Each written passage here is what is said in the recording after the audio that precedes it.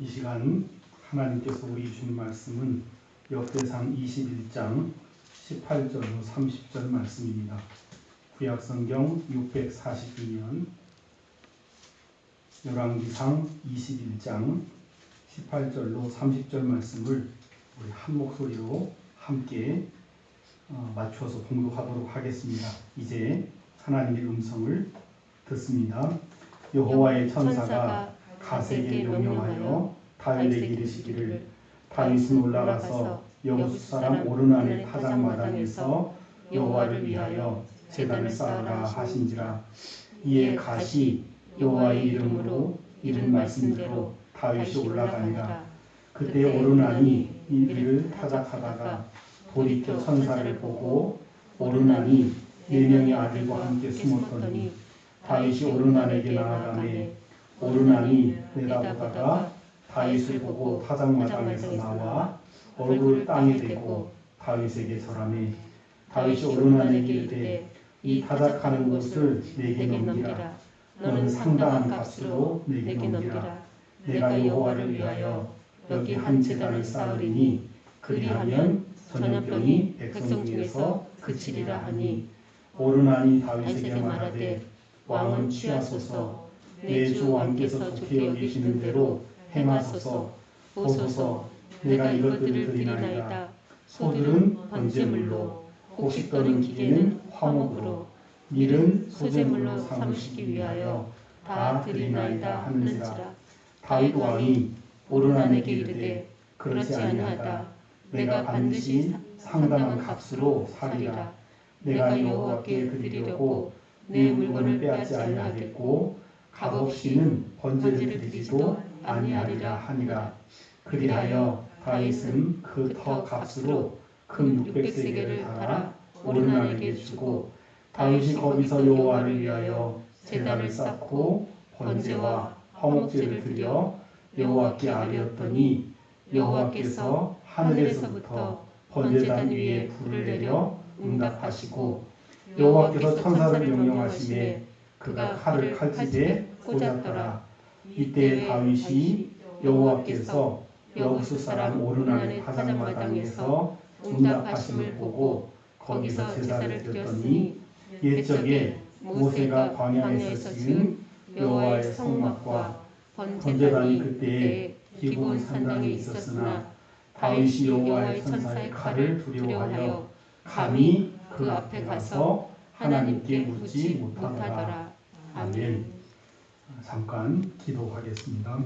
하나님 아버지, 우리 어린이 사랑방에 속해 있는 영혼들 한영우, 이시온, 이소율, 기린애, 황수현, 이주온, 공서현, 문하늘, 한선우, 문현재, 문현준, 최재원, 이준희, 이 어린 영혼들의 이름을 기억하여 주옵소서.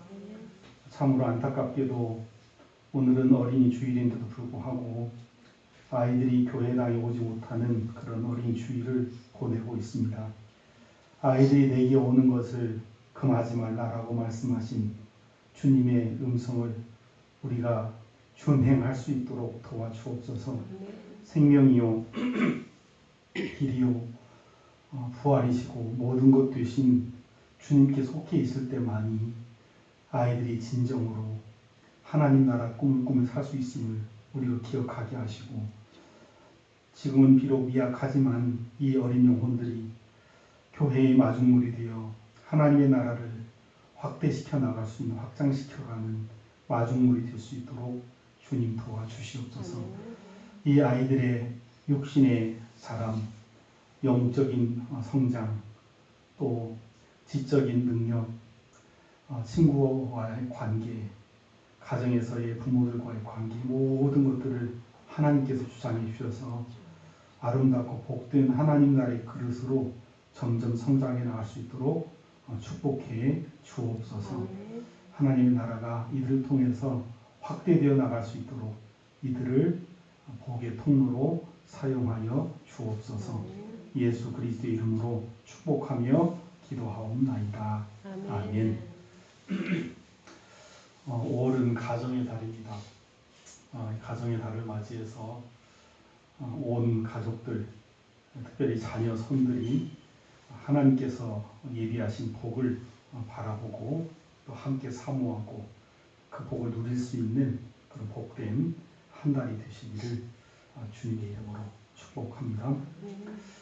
성전은 구약에서의 성전은 하나님의 언약궤를 모시는 것에 가치가 있습니다.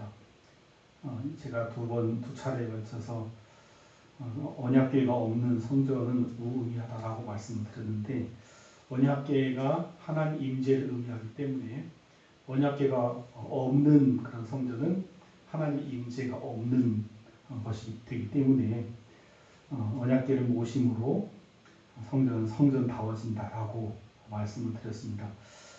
그렇기 때문에 이 세상에서 가장 거룩한 그런 처소, 거룩한 장소를 꼽으라고 한다면 바로 성전을 꼽을 수 있는 것입니다. 이 땅에서 우리가 이 땅에서 살고 있는 바로 이 땅에서 하나님이 우리와 함께 계시다라는 사실을 보여주기 때문에 성전은 거룩한 장소가 되는 것입니다. 하나님께서는 바로 그 성전에서 우리 인생을 만나 주시겠다라고 약속하셨고 그곳에서 너희들에게 하고 싶은 말을 하시겠다, 말씀하시겠다라고 하셨습니다. 아마도 다윗은 그렇기 때문에 자신의 가장 궁극적인 꿈을 여호와의 성전을 짓는 것으로 정했다라고 생각을 합니다. 만일 여러분들의 시대에 여러분들에게 하나님의 성전을 지을 기회를 여러분에게 주신다고 한다면 여러분들은 어떤 곳에다가 하나님의 성전을 지으시겠습니까? 한 번도 생각해 보셨나요? 세상에서는 가장 좋은 곳은 명당이라고 그러죠. 그래서 옛날에는 그 지관이 있고 풍수지리에 그 능한 사람을 통해서 명당을 잡아서 현재뿐만 아니라 미래, 과거와의 재앙의 그 역사를 단절하고 미래를 복된 길로 인도하고자 하는 인간의 그런 마음을 충족시켰다고 볼 수 있죠. 이런 논리로 본다면 여러분 성전을 짓기에 가장 좋은 최적의 입지 조건을 갖춘 성전을 지을 수 있는 최고의 명당은 어딜까요?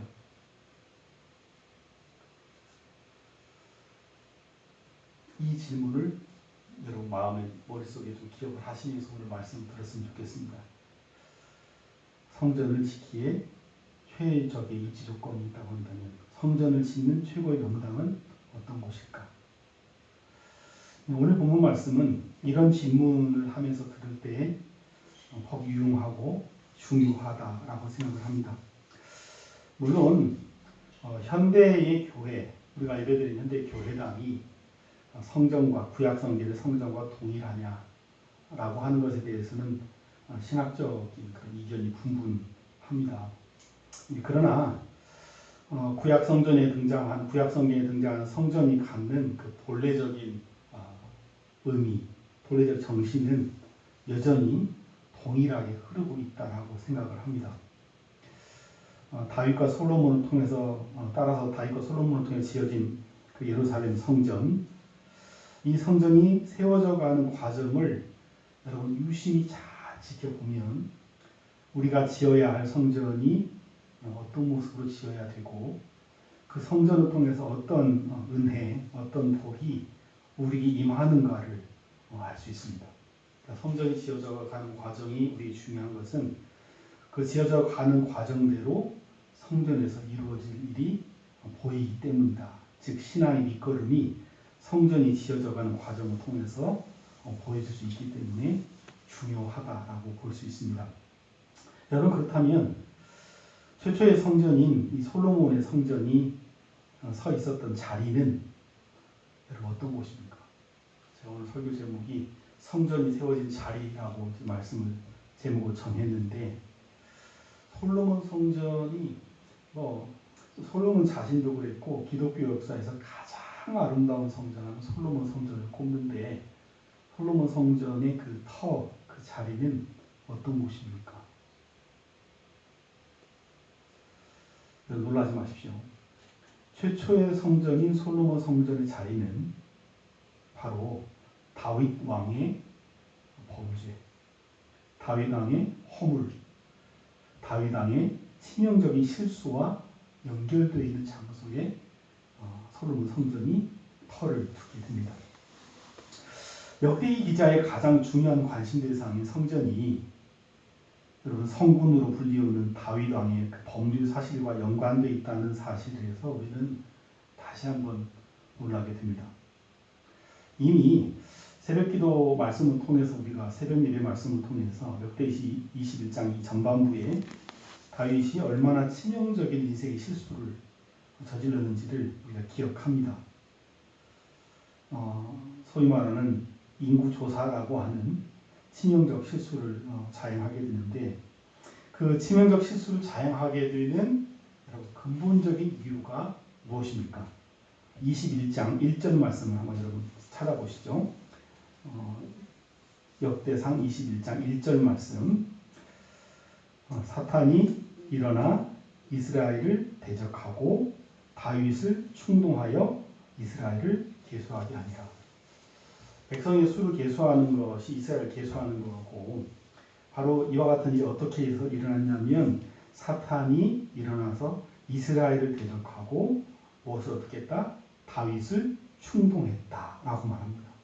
즉 다윗의 치명적인 그 성군이고 하나님 마음에 합한 왕이라고 별명을 가지고 있었던 다윗이었지만 그 다윗의 치명적인 실수의 배후에는 누가 있었다? 사탄이 있었다는 거예요. 사탄이 배후에서 조종하고 있음을 21장 1절 폭로하고 있습니다. 참 무서운 사실이죠. 여러분 죄의 핵심이 뭡니까? 교만 아닙니까?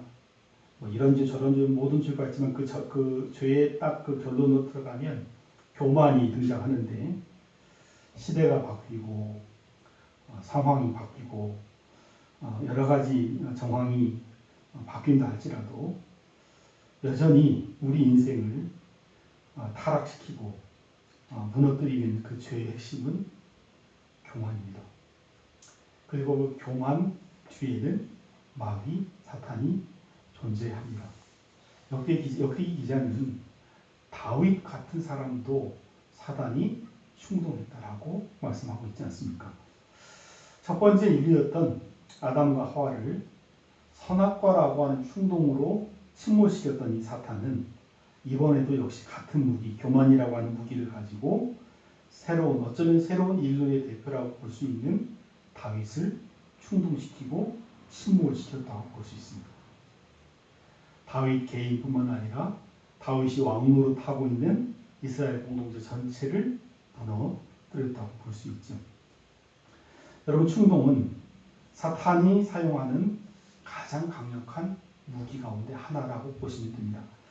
히브리 어원을 보니까 이 충동이라고 하는 말은 원래 우리의 마음에 전혀 없던 것이 생겨난 것이 아니라는 거예요.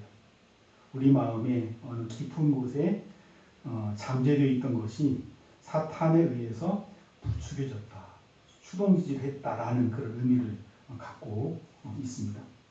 그러니까 우리 안에는 절대로 여러분 스스로 저 자신 우리 모두 우리 스스로 100% 여러분 자신을 믿을 수 있습니까? 신뢰할 수 있습니까?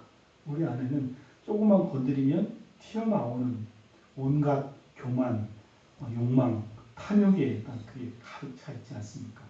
바로 그 잠재되어 있는 것을 건드려서 나오게 하는 게 충동인데 바로 다윗이 여기에 넘어갔다는 얘기입니다.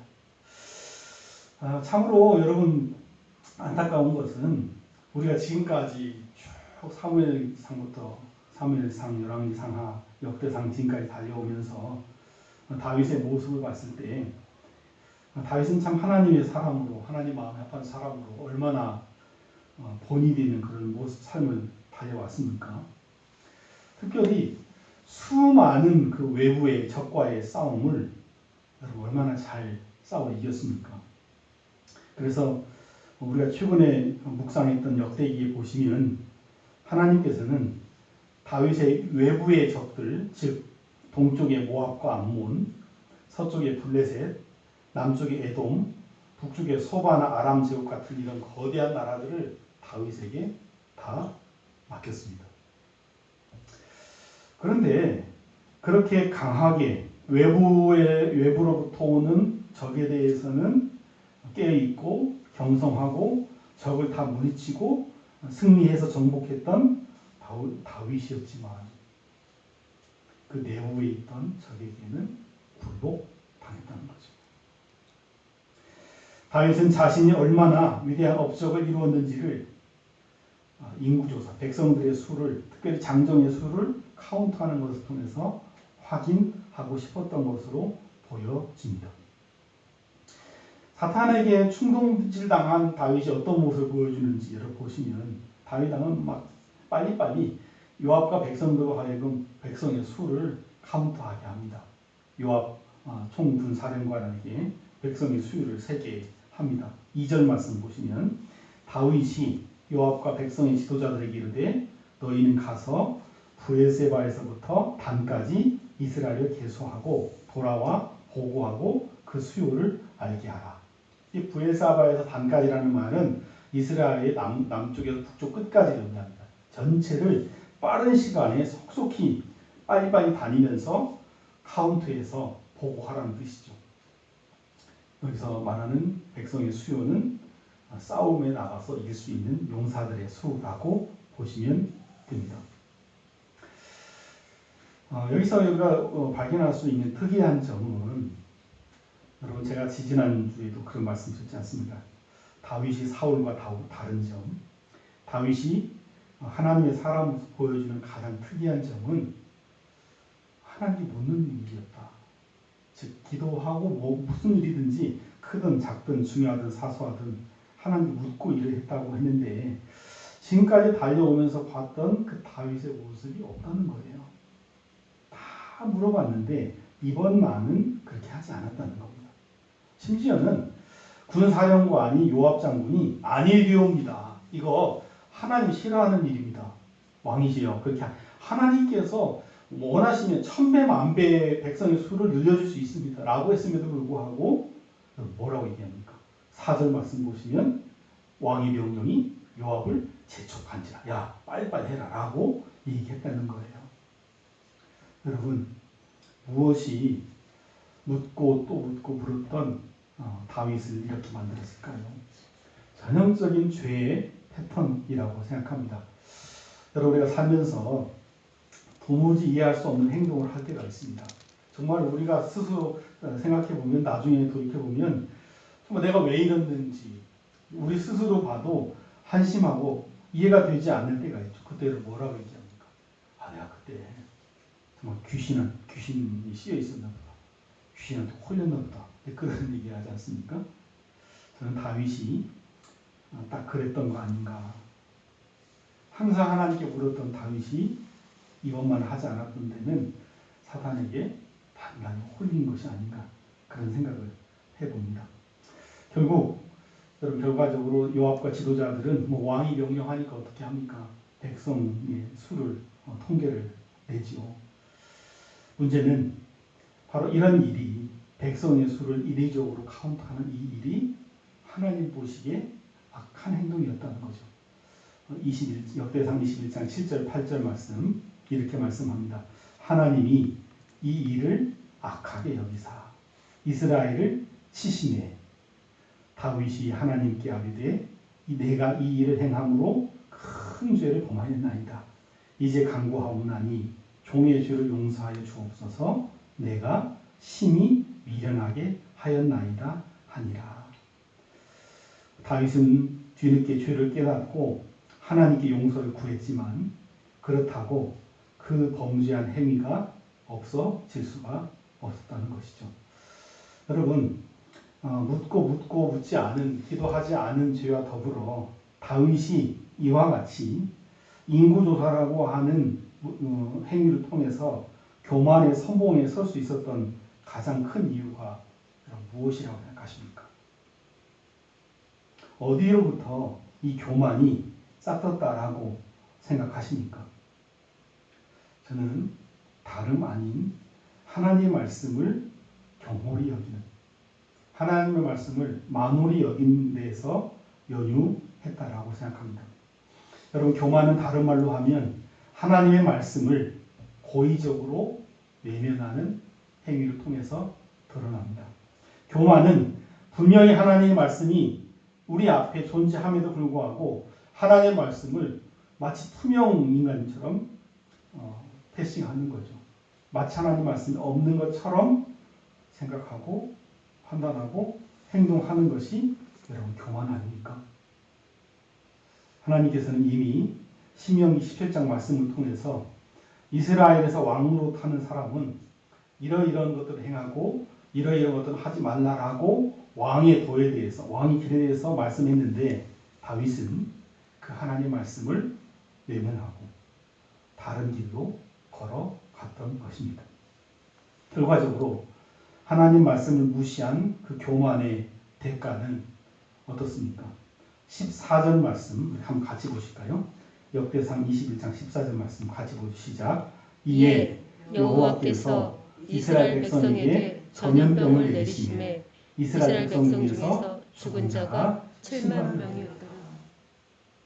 아차 하는 순간에 깨닫고 하나님 잘못했습니다. 큰 죄를 범했습니다. 이제 강구하노니 종의 죄를 용서하여 주옵소서. 내가 심히 미련하게 행동했습니다 하고 하나님께 고백했지만 그 죄의 그 범죄함의 결과가 너무 커서 14절 말씀은 무려 전염병으로 한순간에 7만 명이 죽었다라고 말씀하고 있습니다. 다윗의 범죄는 왕으로서 자신의 백성을 지켜내지 못하는 치명적인 결과를 가져다 준 것입니다. 백성의 수를 카운트해서 계수해서 자신의 힘을 과시하려고 했던 다윗에게 하나님께서는 단 한 번 마음 먹음으로 해서 하루아침에 7만 명의 생명을 가져갈 수 있는 분이라는 준엄한 무서운 사실을 인식시키신 것입니다. 여러분, 다윗이 아무리 숫자를 카운트를 한들 없는 사람 한 명의 군사를 만들어낼 수 있습니까? 없죠. 반면 하나님께서는 7만 명이 아니라 70만 명, 700만 명도 하루아침에 있게도 하시고 없게 하실 수 있는 분 아니겠습니까? 결과적으로 백성을 지켜내야 할 왕의 책무를 다윗은 다하지 못하는 치명적인 오류를 범하게 되고 속수무책으로 자신의 잘못 때문에 죽어가는 7만 명의 용사들의 죽음을 생눈으로 봐야 하는 안타까운 현실을 맞이하게 됐다라고 볼 수 있습니다. 여러분, 중요한 사실은 바로 이와 같은 사실이 벌어졌던, 즉 다윗의 죄에 대해서, 범죄에 대해서 하나님이 분노하고 진멸을 내리는 그 시간, 다윗과 이스라엘 백성의 측면에서 본다고 한다면 범죄함으로 인하여 심히 탄식하고 절망하고 무서운 사망의 그림자로 인하여 두려움을 가지고 있었던 바로 그 시간, 하나님의 시간과 다윗과 백성들의 시간이 함께 만나는, 교차하는 그 지점이 바로 오르날의 타작 마당이라는 사실입니다. 하나님 마음에 합했던 왕으로 칭송받았던 다윗은 이전에 그 어느 때 보지 못했고 경험하지 못했던 하나님의 무서운 모습을 직면하게 됩니다. 역대상 21장 16절 말씀 같이 보십시다. 다윗이 눈을 들어 보매 여호와의 천사가 천지 사이에 섰고 칼을 손에 빼어 손에 들고 예루살렘 하늘을 향하여 편지라. 여러분이 알고 있는 천사의 그림 어떻습니까? 천사의 모습은 어떻습니까? 이 세상에서 가장 평온한 상태를 얘기할 때 천사가 함께 하는 그 표현을 우리가 사용하지 않습니까? 적어도 성서에서 우리가 보고 접했던 그런 여러 가지 과정을 통해서 알고 있는 천사는 아름다운 날개를 달고 우아하고 고상스럽게 부드럽게 감미롭게 하나님의 일을 하는 그런 존재로 우리가 그림을 그리고 마음속에 담고 있었던 것이 천사의 모습인데, 여러분 16절에 표현되어 있는 천사의 모습, 여호와의 천사의 모습은 어떻습니까? 하늘과 땅 사이에 천지 사이에 섰는데 칼을 빼어 손에 들고 예루살렘 하늘을 향하여 펴고 있었다. 하늘과 땅 사이에 서서 예루살렘 하늘을 향하여 시퍼런 칼을 들고 펼쳐 금방이라도 다 쓸어버릴 듯한 모습으로 오르나의 타작마당에 서 있었다라고 말씀합니다. 바로 이 긴장되고 두려운 순간 다윗과 백성의 장로들이 더불어 굵은 베옷을 입고 얼굴을 땅에 대고 엎드려 기도하기 시작합니다. 특별히 리더인 다윗은 자신의 잘못을 적나라하게 고백합니다. 17절 말씀. 하나님께 아뢰되 명령하여 백성을 계수하게 한 자가 내가 아닙니까? 범죄하고 악을 행한 자는 곧 나이니이다. 이 양떼는 무엇을 행하였나이까? 청하건대 나의 하나님 여호와여 주의 손으로 나와 내 아버지의 집을 치시고 주의 백성에게 재앙을 내리지 마옵소서 하니라. 바로 이 순간 하나님께서 응답해 주신 내용이 오늘 우리가 함께 공독한 내용의 말씀입니다. 시퍼런 칼을 들고 예루살렘을 향하여 금방이라도 다 살육의 칼을 휘둘 것처럼 여겨졌던 바로 그 순간에 잘못했습니다. 용서해 달라고 하는, 제가 잘못했으니까 저를 치시고 백성들을 재앙에서 구원해 달라고 외쳤던 바로 그 다윗의 외침 이후에 하나님께서 천사를 통해서 선지자, 선견자, 갓을 통해서 다윗에게 말씀을 주십니다. 오늘 본문 21장 18절 말씀 한번 같이 다시 한번 보실까요? 시작. 여호와의 천사가 갓에게 명령하여 다윗에게 이르시기를 다윗은 올라가서 여부스 사람 오르난의 타작마당에서 여호와를 위하여 제단을 쌓으라 하십니다. 어디에 올라가서 제단을 쌓으라고 말씀하십니까? 오르난의 타작마당. 시퍼런 사륙에 칼을 들고 서 있었던 천사가 보였던 바로 그곳에 올라가서 제단을 쌓으라 라고 명령하십니다. 다윗은 선지자 갓이 이른 대로 다 순종을 합니다. 무려 금 600세겔 엄청난 대가를 지불하고 오르난의 타작마당을 구입을 하고 그리고 그 위에서 하나님께 제사를 드립니다. 25절 26절 말씀 중요하니까 같이 봅시다. 다윗이 25, 26절 같이 봅시다. 시작.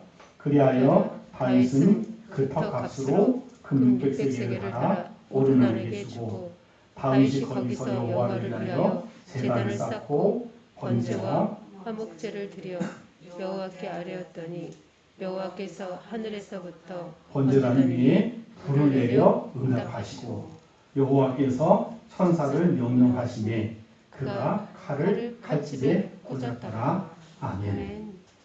특별히 26절 다윗이 거기서 여호와를 위하여 제단을 쌓고, 여러분 동사를 유념하십시오. 다윗이 제단을 쌓고 번제와 화목제를 드리고 여호와께 기도하고 아뢰었더니 여호와께서 하늘에서부터 번제단 위에 불을 내려 응답하셨다. 그리고 여호와께서 천사를 명령하시매 천사가 칼을 칼집에 꽂았다라고 말씀합니다. 여러분 사랑하는 성도 여러분, 바로 이곳이 이스라엘 백성에게 가장 중요한 예루살렘 성전 터가 됩니다. 참으로 역설적이고 오묘한 성전 터 지명이라고 저는 생각합니다.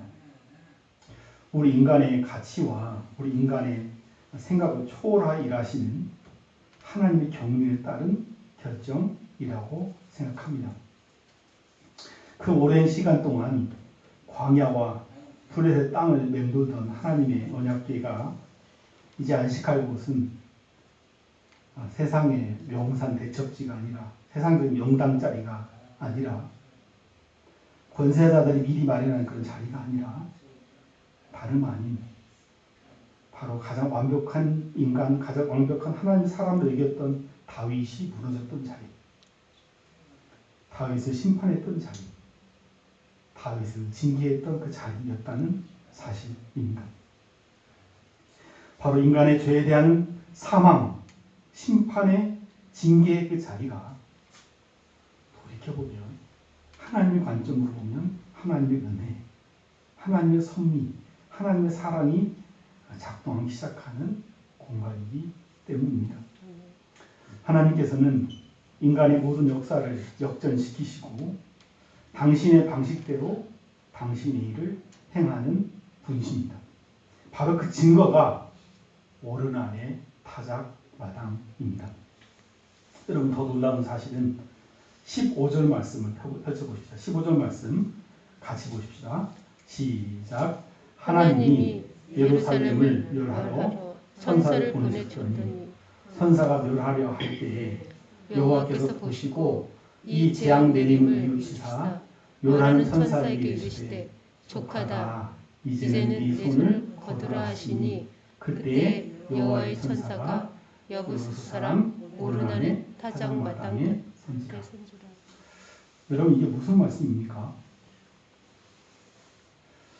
하나님의 징계의 칼이 내려지고 다윗과 그의 백성들이 장로들이 엎드려 기도하기 전입니까? 이후입니까? 지금 이 15절 이 말씀은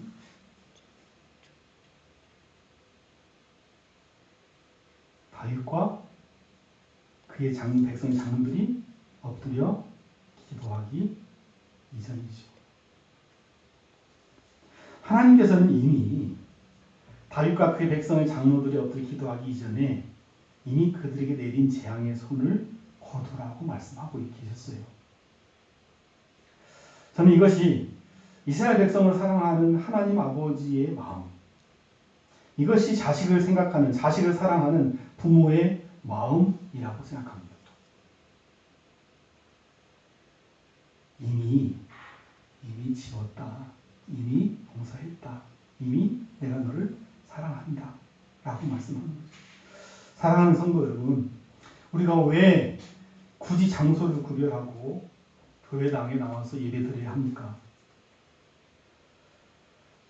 구약의 성전의 역사와 연결해서 생각해 본다고 한다면 그것은 바로 나보다 나를 더 잘 아시는 하나님, 우리들보다 우리를 더 잘 아시는 하나님, 우리 교회보다 우리들보다 더 우리를 더 깊이 아시는 하나님께, 그 하나님께 존재하시는, 거하시는 곳이 성전이기 때문에 우리 교회에 나와서 기도하고 교회 나와서 찬송하고 교회 나와서 예배한다라고 생각합니다. 바로 그곳에 다윗이 정성을 다 예배를 드렸을 때 오르난 타작마당 그곳에 26절 말씀 보시면 하나님께서 내가 너희와 함께 하고 있다라는 표식으로 뭘 보여줬습니까? 불로써 역사했다라고 말씀합니다. 다윗이 거기서 여호와를 위하여 제단을 쌓고 번제와 화목제를 아뢰었더니 여호와께서 하늘에서부터 번제단 위에 불을 내려 응답하시고. 사랑하는 성도 여러분, 분명히 이전에는 오르난의 타작마당은 다윗의 죄를 심판하는 장소였지만 지금은 하나님께 예배하는 장소로, 처소로 변화된 것이죠. 지금까지는 오르난의 가정을 위한, 한 가정을 위한 타작마당에 불과했지만 지금부터는 이스라엘 공동체 전체를 위한 하나님의 놀라운 소통과 축복의 통로로 오르난의 타작마당을 사용하기 시작한 것입니다. 27절 말씀 같이 보십시다. 여호와께서 천사를 명령하시매 그가 칼을 칼집에 꽂았더라. 바로 그 순간 다윗과 이스라엘을 향하여 펼쳐져 있던 사망의 칼, 심판의 칼, 무서운 두려움의 칼이 칼집으로 들어갔다라고 말씀합니다. 사망이 멈추고 실패가 멈추고 두려움이 멈추게 되었다는 말씀입니다.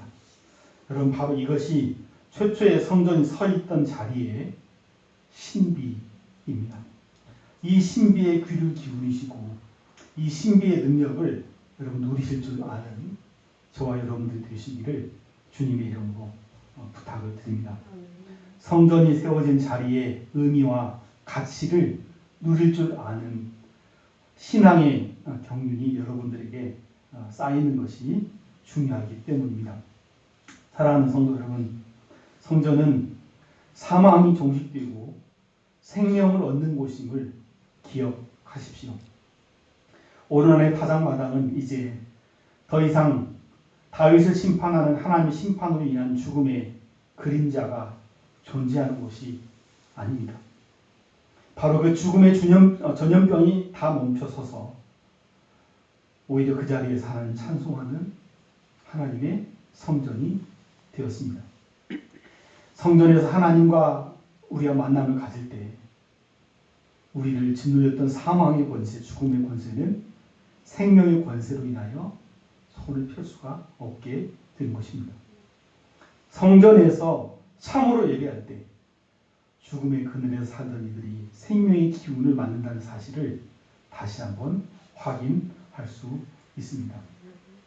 사랑하는 성도 여러분, 성전은 우리의 실패가 변하여 하나님의 영광을 맛보는 곳입니다. 오르난의 타작마당은 인간적으로 승승장구했던 다윗이 교만해서 더 이상 나가지 못하고 멈춰선 처절한 실패의 자리 아닙니까? 그런데 이제는 그렇지 않습니다. 하나님께서는 바로 그 다윗의 그 실패의 장소를 하나님을 만난 영광의 장소로 바꾸어 주셨습니다. 우리가 성전에 나와서, 교회에 나와서 살아계신 하나님을 향하여 예배드릴 때 우리를 짓누르던 실패감, 절망감은 사라지고 하나님의 영광이 임할 줄로 믿습니다. 사랑하는 성도 여러분, 우리의 죄는 우리 인생을 하나님의 심판에 이르게 합니다. 그리고 그 심판은 우리를 무서운 두려움의 타작마당으로 몰아가게 되어 있습니다. 아라우나의 타작마당은 사실 심판의 마당입니다. 심판의 마당은 둘 중 하나 아닙니까? 알곡인가 쭉정인가? 알곡인가 버려야 쭉정인가? 그 운명이 결정되는 것이 타작마당 아닙니까? 오늘 말씀은 쭉정이 인생으로 말미암아 두려움 속에 살 수밖에 없는 우리 인생을 향하여 이렇게 말씀합니다. 그리스도 예수로 말미암아 하나님 나라의 알곡 백성이 될 수 있음을 우리에게 말씀하고 있습니다.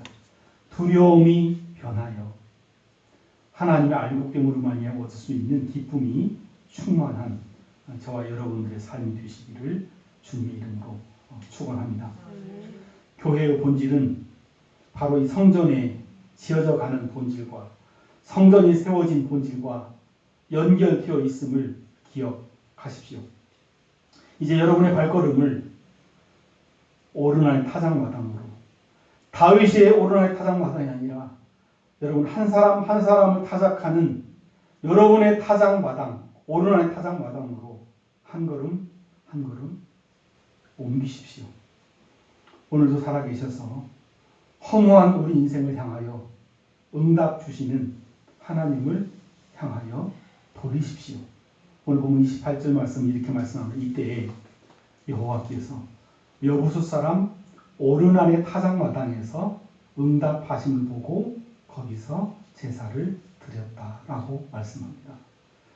여러분 우리의 타작마당에 응답하신 하나님을 발견하고 하나님께 온전히 예배드릴 수 있는 저와 여러분들 되시기를 주님의 이름으로 부탁드립니다. 코로나19로 인하여 우리 안에 가득 차 있는 두려운 마음, 의심하는 마음, 불안한 마음, 절망하는 마음, 낙심하는 마음, 이 모든 마음 다 떨쳐버리시고 응답하시는, 오르날 타작마당에 응답하시는 하나님을 향하여 달려 나오시는 저와 여러분들 되시기를 주님의 이름으로 부탁드립니다. 기도하겠습니다. 하나님 아버지 감사하고 감사하고 감사하고 감사합니다. 귀한 말씀 주셔서 성전이 세워진 자리의 의미를 깨닫고 우리 교회가 서 있는 그 의미를 다시 한번 되새기게 하시니 감사드리나이다. 바라보기는 우리는 다윗보다 더 악한 존재들입니다. 사망이 종식되고 실패가 종식되고 두려움이 종식되는 하나님 정인의 기쁨을 영광을 소망을 맛보아하는 하나님의 자녀들, 하나님 백성들 되게 도와 주옵소서. 예수 그리스도의 이름으로 간절히 기도하옵나이다. 아멘.